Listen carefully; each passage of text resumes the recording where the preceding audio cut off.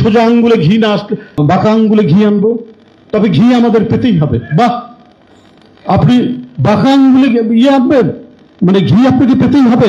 আপনার কাছে democracy, ideology, আদর্শ এগুলো কোনো নেই, তাও আবার আপনারা ইসলাম নিয়ে রাজনীতি করেন, কি ধরনের কথা?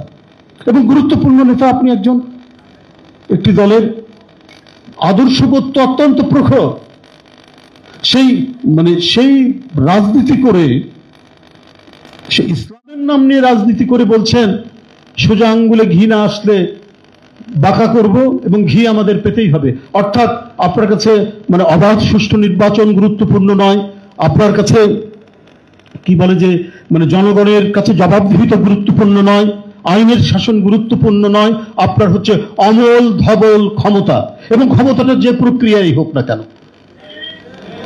এই ক্ষমতাটা যে প্রক্রিয়াই হোক আপনাকে পেতে হবে। তাহলে হাসিনার সাথে পার্থক্য কি? হাসিনার সাথে আপনাদের পার্থক্য নেই, কখনোই ছিল না। আমরা আপাত দৃষ্টিতে দেখি আওয়ামী লীগ তারা প্রচন্ড সমালোচনা করে সেই ইসলামপন্থী রাজনৈতিক দলগুলোকে, কিন্তু কার্যত আমরা দেখেছি প্রত্যেকটি ক্ষেত্রে তারা তাদের সাথেই মিলে গেছে। আপনার কি বলে যে 86 সালে দেখেন শেখ হাসিনার সাথে চলে গেল তারা এরশাদের নির্বাচনে, অথচ তারা ইসলামপন্থী দল, অঙ্গীকার, ওয়াদা, কমিটমেন্ট অত্যন্ত গুরুত্বপূর্ণ বিষয়, সেই কমিটমেন্টকে অগ্রাহ্য করে হাসিনার সাথে নির্বাচনে চলে গেল। আবার 2005 সালে কি বলে যে আন্দোলন শুরু করলো, কি বলে 95 তো তত্ত্বাবধায়ক সরকার শুরু করলো।